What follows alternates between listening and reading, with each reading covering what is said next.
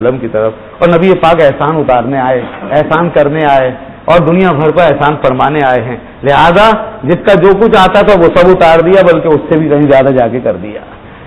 تو حضرت علی کو لے کر کے وہ بدلہ اتار دیا ایک طرف، دوسرا جناب علی کو ایک مقام دینا تھا، ان کو ایک مرتبہ پہنچنا تھا، ان کو ان کا حصہ ملنا تھا، وہ آ گئے اس جگہ جہاں انہیں آنا چاہیے تھا۔ چھوٹے سے تھے، علماء نے کہا 8 سال، کسی کا 9 سال، کسی کا 10 سال اسلام قبول کر لیا، اور کیوں نہ کرتے کہ انوار تجلیات نبوت کے اندر ان پرورش پا رہے تھے۔ جو ہی اعلان ہوا نبوت کا، حضرت علی ان اولین لوگوں میں ہیں، اولین لوگوں میں جو سب سے پہلے کلمہ حق بلند کرتے ہیں۔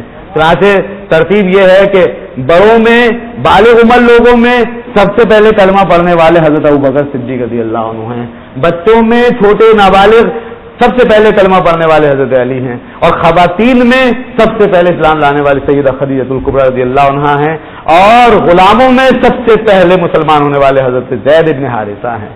یہ سب حضرات وہ ہیں جو رسول تو جہاں صلی اللہ علیہ وسلم کے قریب ہیں، کسی نہ کسی حوالے سے حضور کے ساتھ رہتے ہیں، حضور کی خدمت میں رہتے ہیں، حضور کا قرب حاصل کیا ہوا ہے۔ یہ سب وہ ہیں جو خلوت و جلوت کا مشاہدہ کرتے ہیں، دیکھتے تھے تمام معاملات۔ رسول پاک صلی اللہ علیہ وسلم کی زندگی مبارکہ کو جتنا قریب سے ان حضرات نے دیکھا کسی اور نے نہیں دیکھا ہے۔ ان حضرات کا قرب و جوار میں رہنے والے، قریب رہنے والوں کا سب سے پہلے مشرف اسلام ہو جانا، یہ اس بات کا زندہ ثبوت ہے کہ جس ہستی پہ یہ اسلام لائے ہیں اس کی جلوت بھی پاک تھی، اس کی خلوت بھی پاک تھی، اس کی خلوت بھی پاک تھی۔ ورنہ اگر کوئی ایسی بات کہیں کسی گوشے میں چھپی ہوتی جو شک میں ڈالتی، اور کہیں کوئی ایسا معاملہ ہوتا جو تضاد پر مبنی ہوتا، کہیں کوئی کنٹراڈکشن ہوتا، کہیں کوئی بے عملی ہوتی، کہیں کوئی دو رخی ہوتی، تو کبھی بھی اتنے قریب والے لوگ اتنی جلدی مسلمان نہ ہوتے۔ یہ تو وہ والٹیئر کہہ گیا تھا کہ no one hero to his valet, کہ کوئی بھی اپنے قرب و جوار والوں کے لیے ہیرو نہیں بنتا، لیکن وہ اسمتھ نے پھر کہا تھا کہ نہیں، یہ اور لوگوں کے لیے ہوگا، دنیا کے لیڈروں کے لیے، دنیا کے رہبروں کے لیے، لیکن مسلمانوں کے رہنما محمد صلی اللہ علیہ وسلم کا معاملہ الگ ہے۔ ان پر تو سب سے زیادہ فدا ہونے والے وہی جو ان کی بارگاہ میں رہتے تھے، سب سے پہلے انہوں نے ہی ان کو ہیرو مانا ہے۔ یہ دنیا کا ایک عجیب کرشمہ اور معجزہ ہے بہت بڑا نبی پاک صلی اللہ علیہ وسلم کی سیرت کا، جو انسانی دنیا کے اندر ایسی مثالیں عام طور پہ کہیں اور نہیں ملا کرتی، انبیاء ہی کا حصہ ہے۔ اور نبی پاک صلی اللہ علیہ وسلم کیا بات، تو حضرت علی رضی اللہ عنہ اس طرح آغوش نبوت میں پرورش پاتے ہیں۔ نبی پاک نے فرمایا یہ بچہ اتنا ذہین ہے، پورے خاندان سے فرما دیا اس کا کہنا سنا جائے، یہ ہے وہ بچہ جس نے عقل کی بات کی ہے اور میرے اوپر ایمان قبول کیا، لوگوں سے کہہ دیا، قریش کے بڑے بڑے لوگوں سے، اس بچے کی ذہانت اور اس کی حکمت کے تم پابند ہو۔ لوگ اس وقت تو نہیں سمجھ سکے، آگے چل کے دنیا نے سمجھا کہ علی کیا تھے، اور ان کی حکمت اور دانائی نے دیکھیے دنیا کو کیا کچھ پڑھا دیا ہے۔ چنانچہ جناب اس کے بعد پھر معاملہ اسی طرح آگے بڑھتا رہا۔ جناب علی مرتضیٰ حضور کے بالکل شانہ بشانہ، کہیں ڈرنے والے نہیں، گھبرانے والے نہیں، اللہ نے شجاعت خوب دی، بہادری دی، نوجوان ہے، اب ظاہر عمر کے اس حصے میں ہے جہاں پر اگر ایک اچھی تربیت بھی ہو جائے اور صحیح ہاتھ مل جائے اور ماحول مل جائے، ماحول بھی ایسا ویسا، ماحول بھی وہ نبوی ماحول اور تربیت بھی انوار تجلیات نبوت کی تربیت، اس پہ حضرت علی کی صلاحیتیں کہاں سے کہاں پہنچیں گی۔ یہی وجہ ہے کہ جناب علی مرتضیٰ رضی اللہ عنہ کی بہادری، ان کی جناب شجاعت اور ان کی دلیری عرب میں مشہور ہوتی چلی گئی۔ اور جب نبی پاک صلی اللہ علیہ وسلم تشریف لے جا رہے تھے مکہ سے مدینہ، تو دیکھیے حضرت علی نے کتنی بڑی قربانی دی۔ اس وقت ہجرت کی اس رات میں نبی دو جہاں صلی اللہ علیہ وسلم نے علی سے فرمایا، اے علی تم یہاں رکو، میں جاتا ہوں، کچھ لوگوں کی امانتیں ہیں وہ میرے پیچھے تم دے کر آ جانا۔ امانت داری کا یہ تصور رسول دیتے جا رہے ہیں، اور حضرت علی کی بہادری اور شجاعت کا نقش قائم فرماتے جا رہے ہیں۔ علی کی بے خوفی دیکھیے، دشمن ننگی تلوار لیے کھڑا ہے، وہ حضور کے شبے میں علی کو مار سکتا تھا، لیکن علی کو کوئی فکر نہیں ہے، رسول پاک کے بستر پر چادر اوڑھ کے منہ چھپا کر بڑے آرام سے گہری نیند سو رہے ہیں۔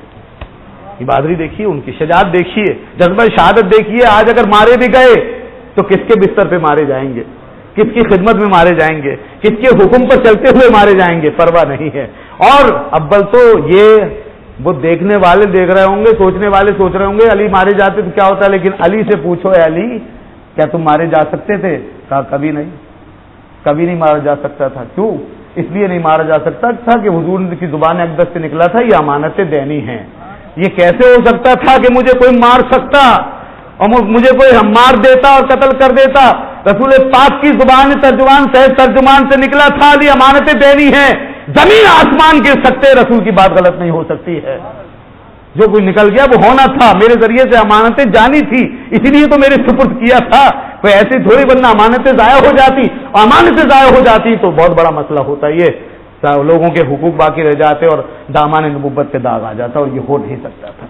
इसलिए जनाब अली मुर्तज़ा आराम से सोए। उसके बाद फिर मक्का पहुंचे, वहां मुलाकात हो गई, मुलाकात हुई, आपस में एक दूसरे को भाई बनाया गया। जो मक्के से आए थे हिजरत करके और जो मदीने में थे, रसूल पाक सल्लल्लाहु अलैहि वसल्लम ने उनको एक दूसरे का भाई बना दिया। ऐसा मिसाली मुआशरा वजूद में आया है इस मौका पर कि चश्मे आसमान ने कभी अपने वजूद की तारीख में कभी ऐसा मुआशरा नहीं देखा होगा जो इस वक्त मदीना मुनव्वरा की सरजमीन पर रसूल पाक ने कायम फरमाया, जिनकी शहादत अल्लाह ने दी। फरमाया तुम सब आपस में एक दूसरे के दुश्मन थे, हमने तुम्हें भाई भाई कर दिया। अल्लाह बैना कुलूबिकुम, ये है वो रसूल पाक सल्लल्लाहु अलैहि वसल्लम हाथों से होने वाला वो अजीम मौजज़ा। हज़रत अली आए, या रसूल अल्लाह आपने सबको भाई बना दिया एक दूसरे का, मुझे भाई नहीं बनाया, मुझे किसी का भाई नहीं बनाया। हुज़ूर ने फरमाया अली अंता अखी फिद दुनिया वल आखिरा, अली तुम मेरे भाई हो दुनिया और आखिरत में। हज़रत अली के लिए इससे बढ़कर और सादत क्या होगी। इसी तरह एक मौके पर जब हुजूर ग़ज़वा तबूक पे तशरीफ ले जाने लगे, हर महाज पर साथ थे हज़रत अली। आज एक मामला आया, हुजूर तशरीफ ले जाते हैं ग़ज़वा तबूक में, कुछ लोगों ने बातें भी कही, हज़रत अली के बारे में कुछ बातें भी होने लगी। हज़रत अली ने अर्ज़ किया या रसूलल्लाह सल्लल्लाहु अलैहि वसल्लम मुझे आप क्यों नहीं लेके जाते, कुछ लोग बातें बना रहे हैं, कुछ मुनाफिक हैं वो इस तरह की बातें कर रहे हैं, मुझे यहाँ क्यों छोड़ देते हैं। हज़रत अली की आंखों में आंसू भरे हुए थे। हुजूर ने फरमाया अली अमा तरदान तकून मिन्नी बेमंजिलत हारून मिन मूसा, अली क्या तुम इस बात पे राजी नहीं हो कि आज मैं तुम्हें यहाँ जो छोड़ रहा हूँ मदीना मुनव्वरा की निगरानी सिपुर्द करके, मदीने की हिफाजत और निगरानी की जिम्मेदारी देकर मैं तुम्हें जो जा रहा हूं, तो इस मकाम पर आज इस हालत में तुम मेरे साथ ऐसे हो जैसे हारून अलैहिस्सलाम मूसा अलैहिस्सलाम के साथ थे, जैसे मूसा अलैहिस्सलाम हारून अलैहिस्सलाम को छोड़ गए थे अपना नाइब बनाकर, ऐसे ही मैं तुम्हें छोड़े जा रहा हूं, तुम इस बात से राजी नहीं हो।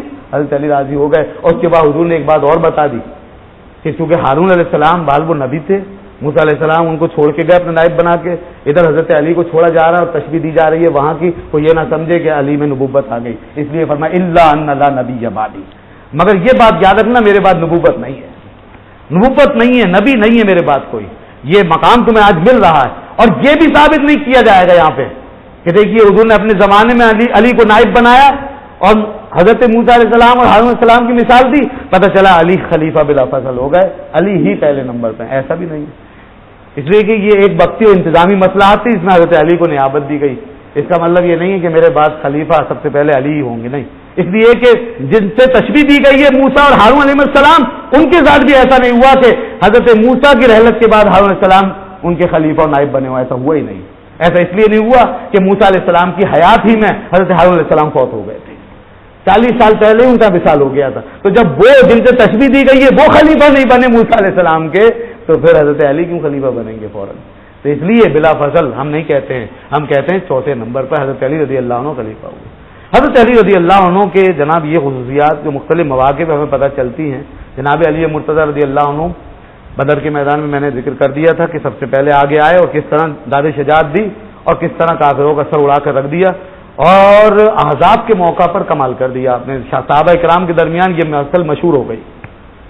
एक बहुत ही जरी, बहुत बहादुर, बहुत कभी हेकल ऊंचा जिस्म जिसका नाम था अब्दे बुध, इब्ने अब्दे बुध, एक काफिर था लहीम शहीम, बड़ा बहादुर। लोग उससे डर कर भागते थे। जमाना कुफर के लोग भागते होंगे, मुसलमान नहीं। तो वो पूरे अरब में हैबत थी। वो आ गया अहज़ाब के मौका पर और जनाब अली मुर्तज़ा उसके सामने आ गए। अब अली, हजरत अली की उम्र देखिए आप, 10 साल में इस्लाम कबूल किया था, उसके बाद कितनी उम्र होगी, 20, 22, 25 साल, नौजवान है। और उधर वो खड़ा हुआ हरियाल, एक बहुत ही खतरनाक किस्म का पहलवान जिसका जिस्म भी लंबा चौड़ा, हाथ में तलवार। हजरत अली उसके सामने आए। आज़ाब की जंग थी, 5 हिजरी में ये वाक़या हुआ।